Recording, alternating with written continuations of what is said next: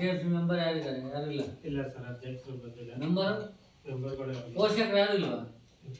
ಪೋಷಕರು ಇಲ್ಲ, ಕೆಲಸ ಅವರು ಹೇಳಕ್ಕಾಗ್ತಿಲ್ಲ ನಿಮ್ಮ ಅಪ್ಪರಿಗೆ, ಅಮ್ಮನಿಗೆ ಸರ್. ಎಲ್ಲರಿಗೂ ಹೇಳಿದ್ದೆ, ಮೊನ್ನೆ ಫಂಕ್ಷನ್ ಬಂದಾಗ ಪ್ರತಿಯೊಬ್ಬರಿಗೂ ಹೇಳಿದ್ದೀನಿ. ಸಾಮಾಜಿಕ ಪರಿಶೋಧನಾ ನಿರ್ದೇಶನಾಲಯ, ಬೆಂಗಳೂರು, ಶಾಲಾ ಶಿಕ್ಷಣ ಇಲಾಖೆ, ಕುಣಿಗಲ್ ಈ ದಿನದ ಸಮಗ್ರ ಶಿಕ್ಷಣ ಯೋಜನೆಯ ಒಂದು ಶಾಲಾ ಸಭೆಯನ್ನು ಆಯೋಜಿಸಿರ್ತಕ್ಕಂಥ ಈ ಶಾಲೆಯಲ್ಲಿ ಈ ದಿನದ ಒಂದು ಕಾರ್ಯಕ್ರಮದಲ್ಲಿ ಆಗಮಿಸಿರ್ತಕ್ಕಂಥ ತಾಲೂಕು ಸಂಪನ್ಮೂಲ ವ್ಯಕ್ತಿಗಳಾದ ಆರ್ ಶ್ರೀನಿವಾಸ್ ಅವರು ಈ ಒಂದು ವೇದಿಕೆ ಮೇಲೆ ಆಸೀನರಾಗಿದ್ದಾರೆ. ಅವರಿಗೆ ಈ ಕಾರ್ಯಕ್ರಮದ ಪರವಾಗಿ ನಾನು ಸ್ವಾಗತವನ್ನು ಕೋರ್ತಾ ಇದ್ದೀನಿ.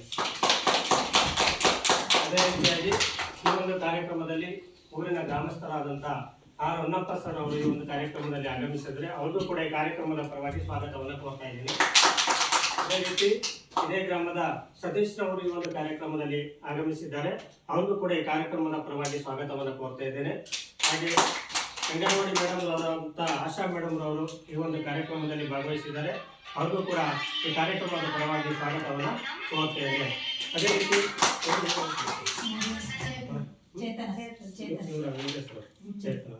ಈ ಒಂದು ಕಾರ್ಯಕ್ರಮದಲ್ಲಿ ಚೇತನ್ ರವರು ಈ ಒಂದು ಕಾರ್ಯಕ್ರಮದಲ್ಲಿ ಭಾಗವಹಿಸಿದರೆ ಅವ್ರಿಗೂ ಕೂಡ ನಾವು ಈ ಕಾರ್ಯಕ್ರಮದ ಪರವಾಗಿ ಸ್ವಾಗತವನ್ನು ಕೋರ್ತಾ ಇದ್ದೇನೆ.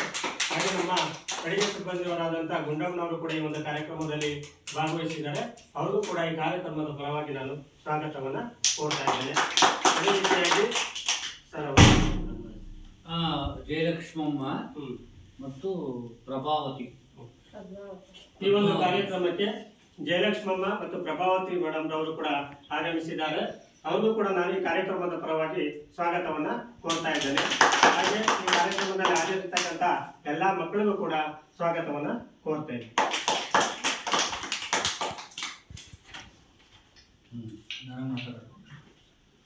ಈಗ ಈ ಒಂದು ಕಾರ್ಯಕ್ರಮವನ್ನು ಕುರಿತು ಆರ್ ಶ್ರೀನಿವಾಸ್ ಅವರು ಮಾತಾಡಬೇಕು ಅಂತ ಕೇಳ್ಕೊತಾ ಇದ್ದಾರೆ.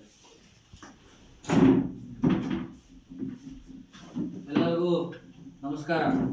ಈ ದಿನ ನಿಮ್ಮ ಶಾಲೆಯಲ್ಲಿ ಒಂದು ಸಾಮಾಜಿಕ ಪರಿಶೋಧನೆ ಮಾಡಿ ಪೋಷಕರು ಸಾರ್ವಜನಿಕರ ಒಂದು ಸಭೆ ಮಾಡಿ ಈ ಶಾಲೆ ಯಾವ ಥರ ನಡೀತಾ ಇದೆ, ಎಲ್ಲ ಫೆಸಿಲಿಟಿಗಳು ಸರ್ಕಾರ ನಿಮಗೆ ಕೊಟ್ಟಿದೆಯಲ್ಲ, ಶಾಲಾ ಕೊಠಡಿ ಕೊಟ್ಟಿದೆ, ಶಿಕ್ಷಕರನ್ನು ನಿಯೋಜಿಸಿದ್ದಾರೆ, ಮಧ್ಯಾಹ್ನ ಬಿಸಿ ಊಟ ಕಾರ್ಯಕ್ರಮ ಮಾಡೋಕ್ಕೆ ಅಡುಗೆಯನ್ನು ನಿಯಮಿಸಿದ್ದಾರೆ, ಆಮೇಲೆ ಅಡುಗೆ ಪ್ರತಿದಿನ ಊಟ ಮಾಡಿಸಿ ಕೊಡ್ತಾ ಇರ್ತಕ್ಕಂಥದ್ದು, ಅವರಿಗೆ ಉಚಿತವಾಗಿ ಪುಸ್ತಕ ಕೊಡ್ತಕ್ಕಂಥದ್ದು, ಮಧ್ಯಾಹ್ನ ಆಮೇಲೆ ಪುಸ್ತಕ ಕೊಡ್ತಕ್ಕಂಥದ್ದು, ಆಮೇಲೆ ಯೂನಿಫಾರ್ಮ್ ಕೊಡ್ತಕ್ಕಂಥದ್ದು, ಸೈಲೆಂಟ್ ಮಾಡೋದು, ಸೈಲೆಂಟ್ ಇವೆಲ್ಲನ ಸರ್ಕಾರ ನಿಮಗೆ ನಿಮ್ಮ ಗ್ರಾಮದಲ್ಲಿ ಒಂದು ಸರ್ಕಾರಿ ಶಾಲೆನ ತೆರೆದು ನಿಮ್ಮಲ್ಲಿ ಶಾಲೆನ ನಡೆಸ್ತಾ ಇದೆ. ಇಲ್ಲಿ ಯಾವ ಥರ ಶಾಲೆ ನಡೀತಾ ಇದೆ, ಸರ್ಕಾರ ನೀಡಿರ್ತಕ್ಕಂಥ ನೀತಿ ನಿಯಮಗಳಡಿಯಲ್ಲಿ ನಡೀತಾ ಇದೆಯೋ ಎಂಬುದ್ರ ಬಗ್ಗೆ ಸಾಮಾಜಿಕ ಪರಿಶೋಧನೆ ಅಂತ ಮಾಡೋದಕ್ಕೆ ಈ ಶಾಲೆನ ಆಯ್ಕೆ ಮಾಡಿ ಕಳಿಸಿದ್ದಾರೆ. ಕಳೆದ 2 ದಿನ ಹಿಂದೆ ನಾವು ಬಂದು ಆಡಿಟ್ ಮಾಡಿದ್ದೀವಿ. ಕೊನೆಯದಾಗಿ ಒಂದು ಸಭೆ ಮಾಡಬೇಕು, ನಿಮ್ಮ ಅಭಿಪ್ರಾಯ ತಗೋಬೇಕು ಅಂತಕ್ಕಂಥ ಉದ್ದೇಶದಿಂದ ಒಂದು ಸಭೆ ಮಾಡ್ತಾ ಇದ್ದೀವಿ. ಈ ಶಾಲೆ ಬಗ್ಗೆ ನಾವು ನೋಡಿದ್ದೀವಿ, ಎಲ್ಲ ಆಡಿಟ್ ಮಾಡ್ಕೊಂಡ್ವಿ. ಸರ್ಕಾರ ಏನು ನಮಗೆ ನಮ್ಮನಿಗೂ ಕೊಟ್ಟಿದೆ, ಅದ್ರ ಪ್ರಕಾರ ಆಡಿಟ್ ಮಾಡಿದ್ದೀವಿ. ಈ ಶಾಲೆ 1994 ಪ್ರಾರಂಭ ಆಗ್ತೈತೆ, 1994ರಲ್ಲಿ. ಆಮೇಲೆ ಒಬ್ಬರು ಶಿಕ್ಷಕರಿದ್ದಾರೆ, ಅವರು ನಿಯೋಜನೆ ಮೇಲೆ ಬಂದವರು, ಡೆಪ್ಯುಟೇಷನ್, ಒರಿಜಿನಲ್ ಪ್ಲೇಸ್ ಇದಲ್ಲ ಅವರು, ಅಲ್ವಾ? ಏನಮ್ಮ ನಿಮ್ಮ ಮಕ್ಕಳಿರೋರಲ್ಲಿ ಯಾರಿಲ್ಲ, ಪೋಷಕರು ಯಾರಿಲ್ಲ. ಹಾಗಾಗಿ ಒಬ್ಬರು ಶಿಕ್ಷಕರಿದ್ದಾರೆ, ನಿಯೋಜನೆ ಮೇಲೆ ಬಂದಿದ್ದಾರೆ. ಇಲ್ಲಿ ಈಗ ಪ್ರಸ್ತುತ 5 ಜನ ಮಕ್ಕಳಿದ್ದಾರೆ ಇಲ್ಲಿ. 5 ಜನ ಮಕ್ಕಳು ಓದ್ತಾ ಇದ್ದಾರೆ. ನಮ್ಗೆ ಆಡಿಟ್ ಕೊಟ್ಟಿದ್ದು 2023-24 7 ಜನ ಅವಾಗ ಓದ್ತಾ ಇದ್ದಾರೆ ಇಲ್ಲಿ. ಡೌನ್ ಆಯ್ತು, ಇನ್ನ 2 ಡೌನ್ ಆಯಿತು. ಇಷ್ಟು ಇದೊಂದು ತುಂಬ ದೂರ ಇರ್ತಕ್ಕಂಥ ಹಳ್ಳಿ. ಈ ಹಳ್ಳಿಗೆ ಮುಖ್ಯ ರಸ್ತೆ ಇರ್ಬೋದು, ಕಂದಾಯ ಗ್ರಾಮದಿಂದ ದೂರ ಒಂದು 4-5 ಕಿಲೋಮೀಟರ್ ಇದೆ.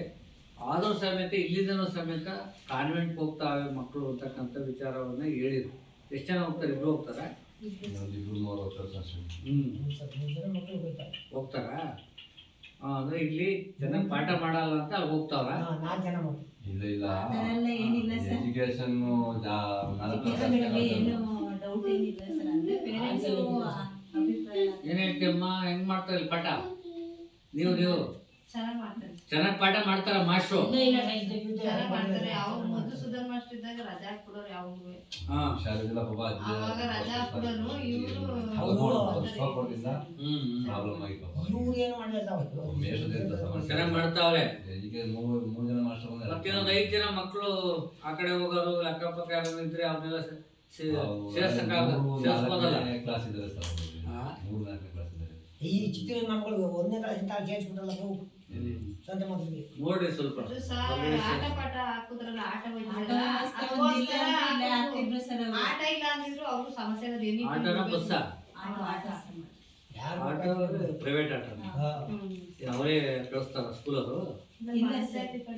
ಇವರು ಮೆಂಬರ್ ಇದು ಮಾಡಿದ್ರು ಅಷ್ಟೇ. ಅದೇ ಸಂತೆ ದೀಪಕ್ ಅಂತ ಸರ್ ಅದು ಹೊಸೂರು member ನಾಳೆಯಿಂದ ಮಾಡೋಲ್ಲ. ಅಲ್ಲಿಂದ ಕಳಿಸವ್ರೆ. ಸ್ಕೂಲ್ ಮಕ್ಕಳು ಮಿಡ್ಲ್ ಸ್ಕೂಲ್ ಹಂಗೆ ಆಂಧವೇ ಹೋಗೋದ್ರಿಂದ ಹಿಂಗೆ ಹೋಗುತ್ತಾ? ಹೈಸ್ಕೂಲ್ ಮಕ್ಕಳು ಬಿಟ್ಟಿರೋದು ಆಟನ ಅವರು ಹೋಗೋರು, ಇವರು ಅಡ್ಜಸ್ಟ್ಮೆಂಟ್ ಮಾಡ್ಕೊಂಡು ಹೋಗಿದ್ದಾರೆ ಅಷ್ಟೇ. ಅದೇ ಅವರು ಚಿಕ್ಕ ಮಕ್ಳಿಗೆ ಆಟ ಕಳಿಸಿಲ್ಲ, ಅವ್ರು ಹೈಸ್ಕೂಲ್ ಮಕ್ಳಿಗೆ ಆಟ ಕಳಿಸಿರೋದು. ಹಾಗಾಗಿ ಅಡ್ಜಸ್ಟ್ಮೆಂಟ್ ಮಾತಾಡ್ಕೊಂಡು ಆಟ ಡ್ರೈವರ್ ಮಾತಾಡಿ ಇದು ಗೊತ್ತಾಯ್ತು ಗೊತ್ತಾಯ್ತು. ಆದ್ರೂ ನೋಡಿ ಮನವೊಲಿಸಿ ನಿಮ್ ಮೂಲಕ ಶಾಲೆ ಉಳಿಸ್ಕೋಬೇಕು ನೀವು. ಇಲ್ಲ ಸರ್, ಅವ್ರು ಘಟ್ಟ ಮೇಲೆನೆ ಊರಲ್ಲಿ ದೇವಸ್ಥಾನ ಹೆಂಗೋ ಶಾಲೆ ಹೆಂಗೆ. ಈ ಸಣ್ಣ ಪುಟ್ಟದು ದಾಖಲಾತಿ ಬೇಕು ಅಂದ್ರೆ ಇಲ್ಲೇ ಇಸ್ಕೋಬೋದು, ಇಲ್ಲಾಂದ್ರೆ ಬೇರೆ ಊರಿಗೆ ಹೋಗ್ಬೇಕಾಗ್ತೈತಿ ಅವತ್ತು ಎಷ್ಟು ಕಷ್ಟ ಆಯ್ತು ಗೊತ್ತಿಲ್ಲ ಜನಗಳಿಗೆ ಅಲ್ವಾ? ಹೌದು ಸರ್. ಕಷ್ಟ ಐತೆ. ಒಂದು 8 ಜನ 6 ಜನ 10 ಜನ ತನಕ ಮಕ್ಕಳು ಇಲ್ಲೆಲ್ಲ ಸುತ್ತಮುತ್ತ ಕೆಲಸಕ್ಕೆ ಬಂದಿರ್ತಾರಲ್ಲ ಮಗಳಿಗೆ, ಆ ಕಡೆ ಇದ್ರಲ್ಲ ಅವನ್ನೆಲ್ಲ ಇಟ್ಕೊಂಡ್ಬಂದು ಸೇರಿಸ್ಬಿಟ್ಟು ಅಡ್ಮಿಷನ್ ಮಾಡಿಸ್ಬೇಕು. ನೀವು ಅಂಗನವಾಡಿಗೆ ಜಾಸ್ತಿ ಮಾಡೋದ್ಕಂಡ್ರೆ ಅಡ್ಮಿಷನ್ ಆಗ್ತಾರಮ್ಮ. ಹೌದು ಸರ್. ನಂದು ಎಷ್ಟು ಮನೆ ಇಲ್ಲಿರೋದು? ಟೋಟಲ್ 2 ಸೇರಿ 26 ಮನೆಯಲ್ಲಿದ್ದಾರೆ. ಮತ್ತೆ ಮನೆ 10 ಮನೆ ಗ್ರಾಮ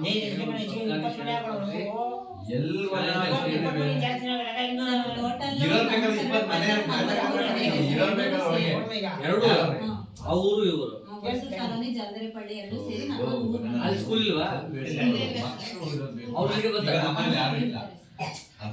ಮತ್ತೆ ಅಲ್ಲಿ ಮನೆ ಜಾಸ್ತಿ ಇದಾವಲ್ಲ. ಹುಡುಗರೆಲ್ಲ ಅಲ್ಲಿಯರೇ ಯಾರು ಇಲ್ಲ. ನಮ್ಮೂರಲ್ಲಿ ಸ್ಟ್ರೆಂತ್ ಕಡಿಮೆ ಇದೆ ಸರ್. ಜಲದರೆಪಳ್ಳಿಯಲ್ಲಿ ಮಕ್ಕಳ ಸ್ಟ್ರೆಂತ್ ಕಡಿಮೆ ಇದೆ. ಜಲಗೆರೆಪಾಳ್ಯ ಕಮ್ಮಿ ಇದೆ. ಜಲಗೆರೆಪಾಳ್ಯ ಕಾಲೋನಿಯಲ್ಲಿ ಹೊಸೂರು ಕಾಲೋನಿಯಲ್ಲಿ ಮಕ್ಕಳಿದೆ ಸರ್. ಇದು 4 ಭಾಗ ಡಿವೈಡ್ ಇದೆ. ಇದು 4 ಭಾಗ, ಎಲ್ಲೇ 4 ಭಾಗ ಡಿವೈಡ್ ಆಗಿದೆ. ಇದಕ್ಕೆ ಧರ್ಮೋತ್ತರದಲ್ಲಿ, ಅತ್ತೆಗೆ ಹೊಸೂರಲ್ಲಿ, ಇದಕ್ಕೆ ಮಾಲೂರಿನಲ್ಲಿ, ಇದೆ ಕೆಮ್ಮನಹಳ್ಳಿಯಲ್ಲಿ 4 ಭಾಗ ಡಿವೈಡ್ ಆಗಿದೆ. ಯಾರನಾಗಪ್ಪ ಆ ಊರಲ್ಲಿ ಎಲ್ಲರೂ ಬಟ್ಟಿಗೆ ಮಕ್ಕಳು ಶಾಲೆಗೆ ಬರ್ಬೇಕಷ್ಟೇ. ಎಲ್ಲ ಸಮೇತ ಮಕ್ಕಳು ಹತ್ರ ಶಾಲೆ ಹತ್ರ ಇರೋದ್ರಲ್ಲಿ ಯಾರು ಬೇಕಾದ್ರೆ ಇಲ್ಲ ಸರ್, ಈಗ ಅಲ್ಲಿಯವರು ಸೇರ್ಸಕ್ಕಾಗಲ್ಲ. ಸ್ಕೂಲ್ ಇಲ್ಲಿಗೆ ಸೇರ್ಸ್ಬೇಕು, 4 ಇಲ್ಲಿಗೆ ಸೇರ್ಸ್ಬೇಕು. ಆಮೇಲೆ ಹೈಸ್ಕೂಲ್ ಹೋಗ್ಲಿ ಹೈಸ್ಕೂಲ್ ಇಲ್ಲಿ ಅವಕಾಶ ಇಲ್ಲ. ಕರ್ಕೊಂಡು ಸೇರ್ಸಕ್ಕಾಗಲ್ಲ ಸರ್. ತಗೊಂಡು 4 ಕಿಲೋಮೀಟರ್ 5 ಕಿಲೋಮೀಟರ್ ಮೇಲೆ ಹೋಗ್ಬೇಕು.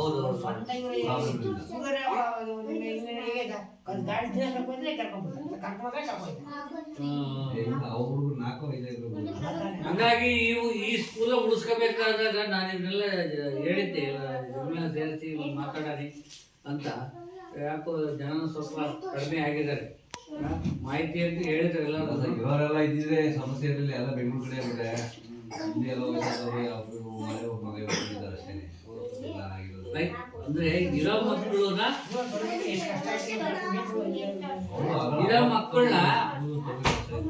ಇರೋ ಮಕ್ಕಳು ಇಲ್ಲೇ ಉಳಿಸ್ಕೊಂಡು ಇಲ್ಲೇ ವಿದ್ಯಾಭ್ಯಾಸ ಮಾಡಿದ್ರೆ ಒಳ್ಳೆಯ. ಈ ಆಟೋದಾಗ ಹೋಗೋದು, ಚಿಕ್ಕ ಆಟೋಗಳಾಗೆಲ್ಲ ದಬಾಕ ಮಾಡೋದೆಲ್ಲ ಕಷ್ಟ ಐತೆ ಅವೆಲ್ಲ. ಹಾಗಾಗಿ ಈ ಶಾಲೆ ಉಳಿಸೋ ರೀತಿಯಲ್ಲಿ ನೀವೆಲ್ಲ ಕೆಲಸ ಮಾಡ್ರಿ ಅಂತ ಹೇಳಿದ್ರೆ ಈ ಶಾಲೆ ಬಗ್ಗೆ ಆಡಿಟ್ ಮಾಡಿದೀವಿ. ಸ್ವಲ್ಪ ಫೈನಾನ್ಸಿಯಲ್ ಅಲ್ಲಿ ಸ್ವಲ್ಪ ವ್ಯತ್ಯಾಸ ಆಗಿದೆ. ಅವರೇನೇ ಓಪನ್ ಡ್ರಾ ಮಾಡ್ಕೊಂಡು ಮಿಸಸ್ಗೆಲ್ಲ ಹಾಕೊಂಡು ಅವೆಲ್ಲ ಅಬ್ಜೆಕ್ಷನ್ ರಿಕವರಿಗೆ ಹಾಕ್ತೀವಿ. ಸಾರ್ ಬಂದ್ಮೇಲೆ ಸಮೇತನ ಶಿಕ್ಷಕರಿಗೆ ಪೇಮೆಂಟ್ ಕೊಟ್ಟಾರೆ. KG ಮರಿಯಪ್ಪ ಅವರಿಗೆ ಅದೊಂದು ಆರ್ಡರ್ ಕಾಪಿ ಹಾಕ್ಸ್ಕೊಂಡ್ರ ಸರ್? ಹಾಕ್ಸ್ಕೊಂಡ್ರ? ಅದು ಹಾಕ್ಸ್ಕೊಂಡ್ರ ಇಲ್ಲ? ಇಲ್ಲ ಸರ್, ಇದು ಆರ್ಡರ್ ಕೊಟ್ಟಿರೋದು. ಆರ್ಡರ್ ಇರಬೇಕು, ಮತ್ತೆ ಅಲ್ಲ ಅಟೆಂಡೆನ್ಸ್ ಇಲ್ಲಿ ಅಟೆಂಡೆನ್ಸ್ ಎಲ್ಲ ಇದೆ ಸರ್. ಹಾಸ್ಪಿಟಲ್ ಇದೆ ಅಂತ ನೀವು ಪೇಮೆಂಟ್ ಕೊಡ್ಬೇಕಾದಾಗ ಅವೆಲ್ಲ ಇಟ್ಕೋಬೇಕು ಸರ್. ಎಲ್ಲ ಜರಗೇಪಳ್ಳಿ ಶಾಲೆಯ ನಿಯೋಜಿಸಿದ ನಾರಾಯಣಗೌಡ ಹಾಗೂ ಎಲ್ಪಳ್ಳಿ ಶಾಲೆಯ ನಿಯೋಜಿಸಿದ ಶ್ರೀಯುತ ವಹೀದ್ ಅಹಮದ್ ರವರಲ್ಲಿ STMC ಖಾತೆ ಹಾಗೂ ಅಕ್ಷರದಾಸು ಖಾತೆ ನಿನಗೆ ಅವಕಾಶ ಕೊಟ್ಟರು. ಹೇಳ್ತಾ ಇರ್ಬೇಕಂತದ್ದು ಈ ಪೇಮೆಂಟ್ ಕೊಟ್ಟಿದ್ದಲ್ಲ ಸರ್ 30,000 ನಿನಗೆ ಪರ್ಮಿಷನ್ ಕೊಟ್ಟಿದ್ದಕ್ಕೆ ನಿನ್ಗೆ ಆಗ್ತಿಲ್ಲ. 30,000 ಪೇಮೆಂಟ್ನ ಕೊಡ್ಬೇಕಾದಾಗ KG ಅಪಾಯಿಂಟ್ ಮಾಡ್ತಾರೆ ಅಲ್ಲಿ ನಿಯೋಜಿಸಿರೋದು ಅಲ್ಲಿ ಅದೊಂದು ಆರ್ಡರ್ ಬೇಕಲ್ಲಿ PMನೂ CRPನೂ BRCನೂ ಆರ್ಡರ್. ಆಮೇಲೆ ಅವನಲ್ಲಿ ಕೆಲಸ ಮಾಡೋದಕ್ಕೆ ಅದನ್ನ ಅಟೆಂಡೆನ್ಸ್ ಬುಕ್ ಹಾಕಿ ಜೆರಾಕ್ಸ್ ಹಾಕ್ಬಿಟ್ಟು ಜೆರಾಕ್ಸ್ ಹಾಕಿ ಆ ಶಾಲೆ ಈಗಿರೋ ಶಿಕ್ಷಕರ ಅಟೆಸ್ಟೆಡ್ ಮಾಡಿ ನಿಮಗೆ ಕೊಡಬೇಕು. ನೀವು ಈ ಚೆಕ್ ಚೆಕ್ದು ಅದಕ್ಕೆಲ್ಲ ಹಾಕಬೇಕು ನೀವು. ಸಪೋರ್ಟಿಂಗ್ ಹಾಕೋಬೇಕು. ಈಗ ಅದಕ್ಕೆ ಕೆಲಸ ಮಾಡಿ ಬಿಟ್ಟು ನಮಗೆ ಗೊತ್ತು, ನಿಮ್ಗೆ ಹೆಂಗೆ ಗೊತ್ತಾಗುತ್ತೆ? ಮೌಖಿಕವಾಗಿ ಬೇರೆ ದಾಖಲಾತಿ ಇರಬೇಕು. ಹಂಗಾಗಿ ಇವನ್ನೆಲ್ಲ ಅಬ್ಜೆಕ್ಷನ್ ಆಗ್ತೀವಿ ಸರ್. ಇವಾಗ ಅಬ್ಜೆಕ್ಷನ್ ನಾವು ಅವತ್ತು ಮೇಡಮ್ ಬಂದು ಅವತ್ತು ಹೇಳೋದೆ ನಾನು ಇಲ್ಲಿ ಹೇಳೋದು ಮತ್ತೆ ಸಾರ್ಗೆ ಹೇಳ್ಬಿಡಿ ಮೇಡಮ್ ಅಂತ ಹೇಳೋದಿಲ್ಲ ನಾನು.